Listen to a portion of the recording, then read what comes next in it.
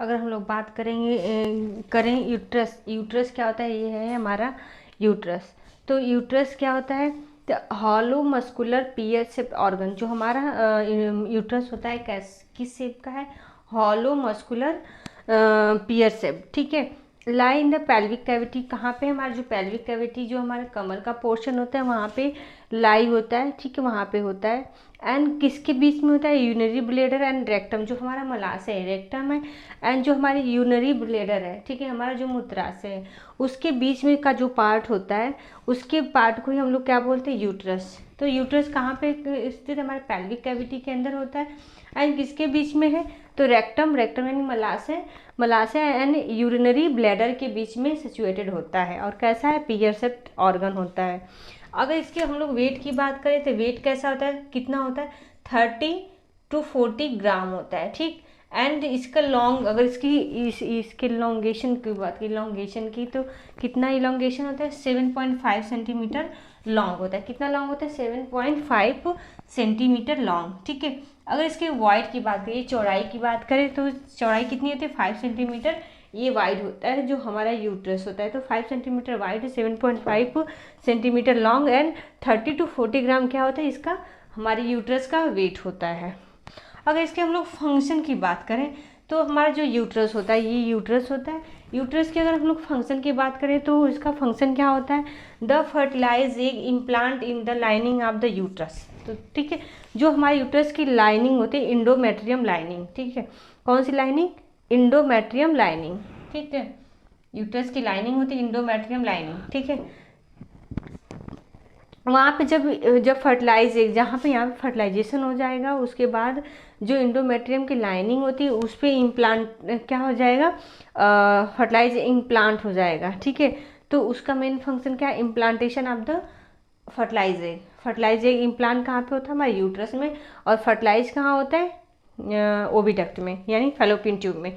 The main function of the uterus is to nourish to the developing foetus until it is the ready for the birth. मतलब और क्या करता है हमारा uterus, main function क्या होता है, नरिश प्रोवाइड करता है किसको, डेवलपिंग जो एम्ब्रियो हमारा डेवलप हो रहा है यूट्रस के अंदर उसको क्या प्रोवाइड करे, नरिश प्रोवाइड करता है जब तक वो बर्थ के योग्य ना हो जाए, या बर्थ जब तक बेबी का ना हो जाए तब तक, बर्थ होने से पहले, बर्थ होने के पहले तक ये क्या करता है, उसको नरिशमेंट प्रोवाइड करता है हमारा यूट्रस। अगर उसके लेयर की बात करें तो हमारे यूट्रस की 3 लेयर, जो हमारा यूट्रस है ये हमारा यूट्रस 3 लेयर्स मिलकर बना है। कौन कौन से लेयर से मिलकर बना है, जो अंदर वाली लाइनिंग होती है यूट्रस की उसको हम बोलते हैं इंडोमेट्रियम लाइनिंग, ठीक है। जो बीच वाली लाइनिंग होती है उसको हम लोग बोलते हैं मायोमेट्रियम, मायोमेट्रियम। और जो आउटर लाइनिंग होती है इसको बोलते हैं पेरीमेट्रियम,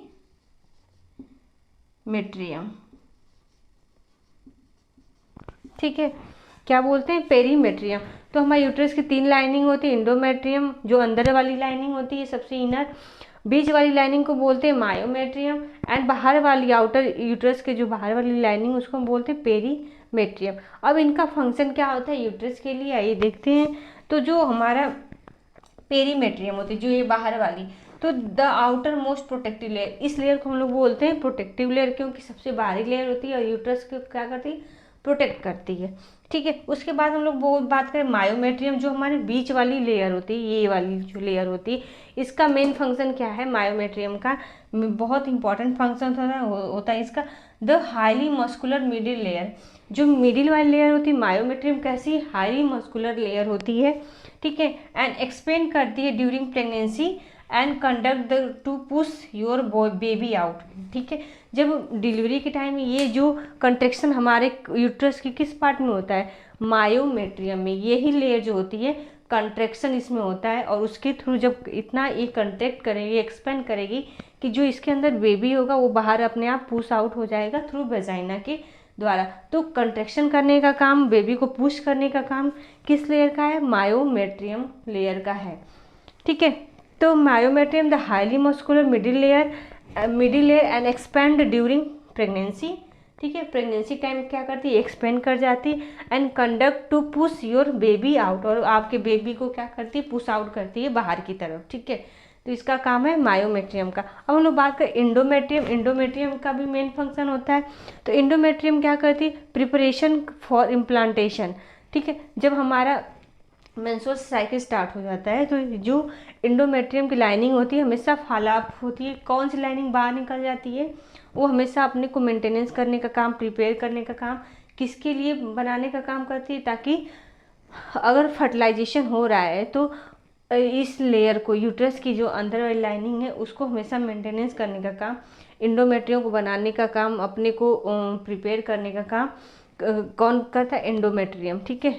तो इंडोमेट्रियम क्या करती है, प्रिपरेशन करती है फॉर इम्प्लांटेशन, ठीक है, ताकि मतलब अपने को प्रिपेयर करके रखती है ताकि जब बेबी हमारे यूट्रस में आए तो उसका नरिशमेंट अच्छे से हो, ठीक है। तो उसको प्रिपेयर अपनी लाइनिंग को क्या करती है, प्रिपेयर करती है।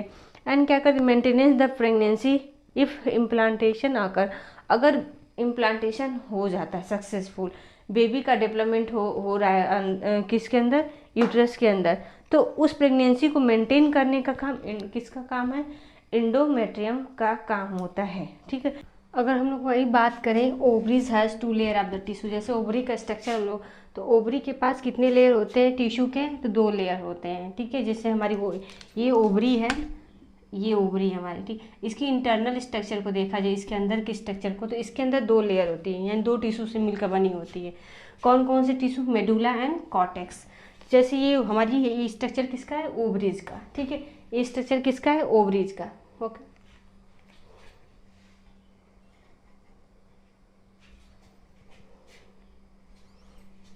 तो ये स्ट्रक्चर किसका है, ओवरीज का। तो ओवरीज की कितने लेयर होती हैं, 2 लेयर, मेडुला एंड कॉर्टेक्स। तो जो अंदर वाली लेयर होती है, मिडिल वाली पोर्शन होती है ओवरीज के अंदर वाली लेयर पोर्शन, उसको हम लोग बोलते हैं मेडुला, ठीक है।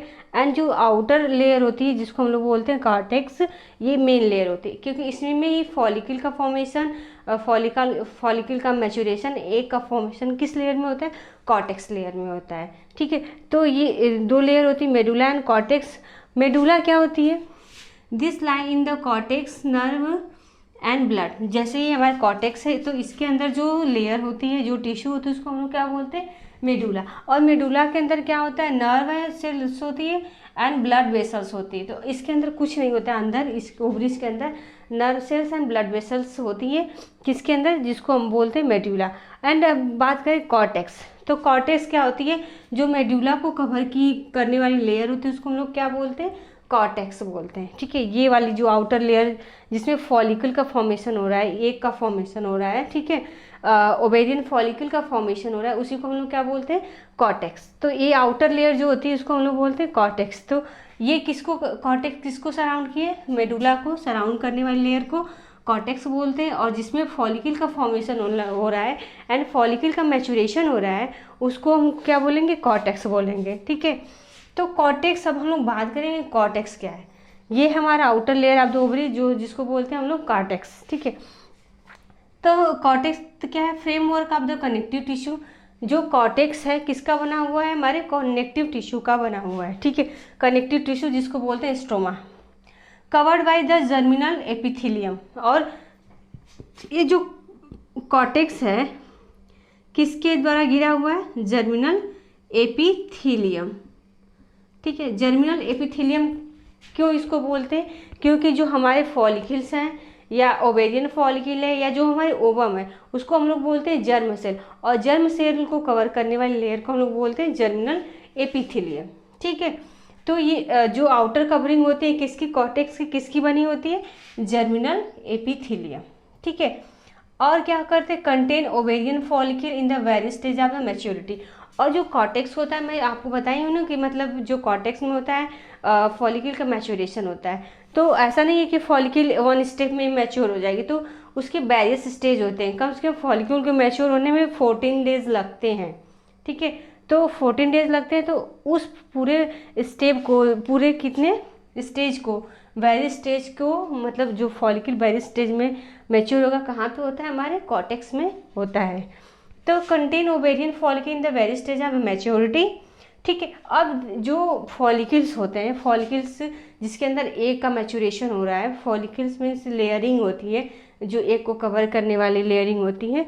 तो क्या होते हैं इमेच्योर फॉलिकल, जो इमेच्योर फॉलिकल जो ओवरी से जस्ट रिलीज होंगे, ठीक है, अभी उनका मैच्योरेशन बाकी है। इमेच्योर प्राइमोर्डियल फॉलिकल्स क्या होते हैं, इमेच्योर फॉलिकल, इमेच्योर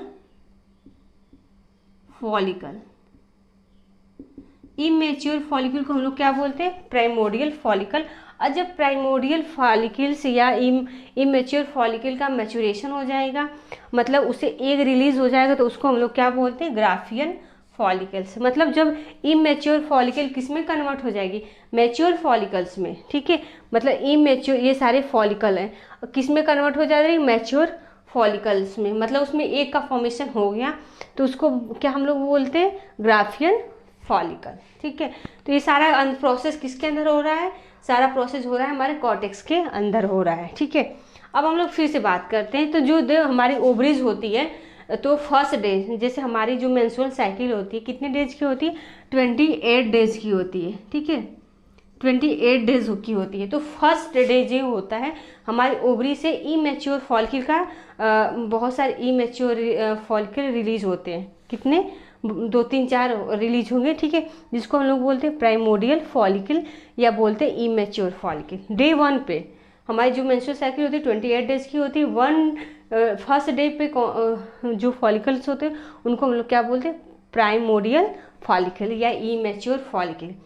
ठीक है, अब प्राइमोर्डियल फॉलिकल या इमेच्योर फॉलिकल का मैच्योरेशन स्टार्ट हो जाता है डे 1 से, मतलब रिलीज होंगे, डे 2 से उनका क्या होगा, मैच्योरेशन स्टार्ट हो जाएगा। तो प्राइमोर्डियल फॉलिकल को हम लोग फिर क्या बोलेंगे, मैच्योर फॉलिकल। देखिए ये है प्राइमोर्डियल फॉलिकल, जिसके अंदर हमारा क्या होता है, एग होता है। जैसे जैसे मतलब फॉलिकल्स मैच्योर होंगे, उस तरह हमारे अंदर जो फॉलिकल के अंदर एग है वो भी क्या होगा, मैच्योर होगा। ठीक है, तो फॉलिकल्स मैच्योर होंगे तो वैसे वैसे हमारा एग भी मैच्योर होगा।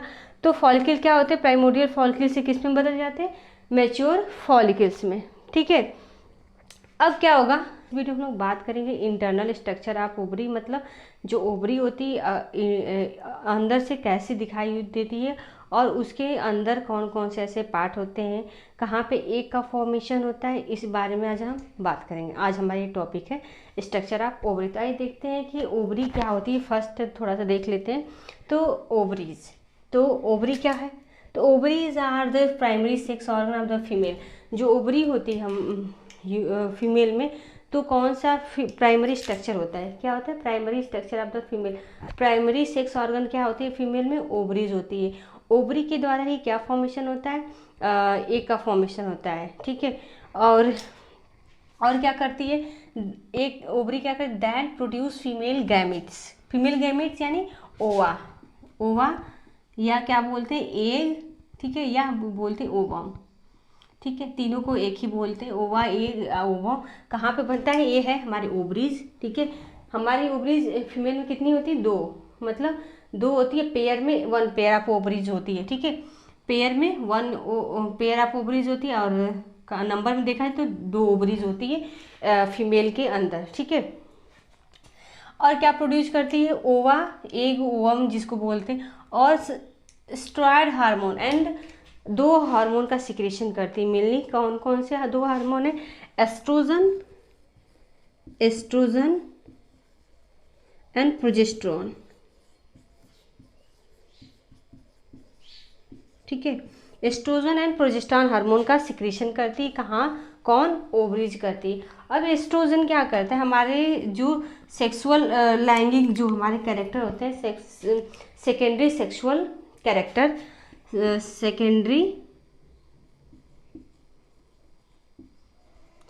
Sexual character, secondary sexual character को शो करवाने का काम किस हार्मोन के द्वारा होता है, एस्ट्रोजन। एंड हमारी पूरी प्रेगनेंसी को मेंटेन करने का काम। ठीक है, जो हमारी प्रेगनेंसी होती है, जब फर्टिलाइज होता है, एग का फर्टिलाइजेशन होता है, तो उस एग को मेंटेन यानी उस प्रेगनेंसी को मेंटेन करने का काम किसका होता है, एस्ट्रोजन का होता है। यानी सेकेंडरी सेक्सुअल कैरेक्टर को शो करवाने का काम प्लस प्रेगनेंसी को मेंटेन करने का काम, प्लस मेंस्ट्रुअल साइकिल, मेंस्ट्रुअल जो साइकिल होती है फीमेल में उसको मेंटेन करने का काम किस हार्मोन का होता है? एस्ट्रोजन। अब प्रोजेस्टेरॉन क्या है? प्रोजेस्टेरॉन का भी मेनली मेन फंक्शन क्या होता है? सपोर्ट द प्रेगनेंसी, मतलब जितनी अगर हमारे अंदर एग का फर्टिलाइजेशन हो गया, ठीक है, तो उस एग को ओम्ब में सरवाइव करने का काम, एग से बेबी बनाने का काम किस हार्मोन का होता है? प्रोजेस्टेरॉन। ठीक है, अगर प्रोजेस्टेरॉन हमारे बॉडी में कम रिलीज होगा तो प्रेगनेंसी सपोर्ट नहीं कर पाएगा और बच्चा क्या होगा? बेबी क्या होगा? बच्चे का मिसकैरेज होगा। तो मतलब पूरी प्रेगनेंसी को मेंटेन करने का काम किस हार्मोन का होता है? प्रोजेस्टेरॉन। ये इंपॉर्टेंस है। ठीक है, तो दो हार्मोन रिलीज करती है, कौन कौन? Oestrogen and progesterone. और क्या प्रोड्यूस करती है हमारी ओवरी? ओवरी प्रोड्यूस करती है एग। ठीक है, एग जिससे फर्टिलाइजेशन होता है स्पर्म का। And each ovary is about 2-4 centimetre in length, और लेंथ में अगर देखा जाता है 2 से 4 सेंटीमीटर होती है लेंथ में। ठीक है, 2 से 4 सेंटीमीटर होती है लेंथ में। Each women has 2 ovary, women के पास कितनी होती है ओवरी? 2 ओवरीज होती है। तो ये है हमारा internal structure of the sexual reproduction. जैसे हमारा यूट्रस हो गया, ये हमारा यहाँ पे बेबी का प्लांटेशन होता है, यहाँ से स्पर्म इंटर करता है, यहाँ पे फर्टिलाइजेशन होता है, यहाँ से क्या निकलते हैं? हमारे ओवरीज है। ओवरी से क्या निकलता है? एग निकलता है। एग कहाँ पे आता है? इसको बोलते हैं फैलोपियन ट्यूब, फैलोपियन ट्यूब। ठीक है, फैलोपियन ट्यूब से एग यहाँ पे आता है, वेट करता है किसका? स्पर्म का वेट करता है। फिर उसके बाद यहाँ पे फर्टिलाइजेशन होता है। फर्टिलाइजेशन के बाद यहाँ पे बेबी का प्लांटेशन होता है, मतलब यहाँ पे जो बेबी होता है वो क्या होता है? इम्प्लांट हो जाता है 1 वीक के बाद फर्टिलाइजेशन के। यहाँ पे हमारे क्या होता है? यूट्रस में इम्प्लांट हो जाता है।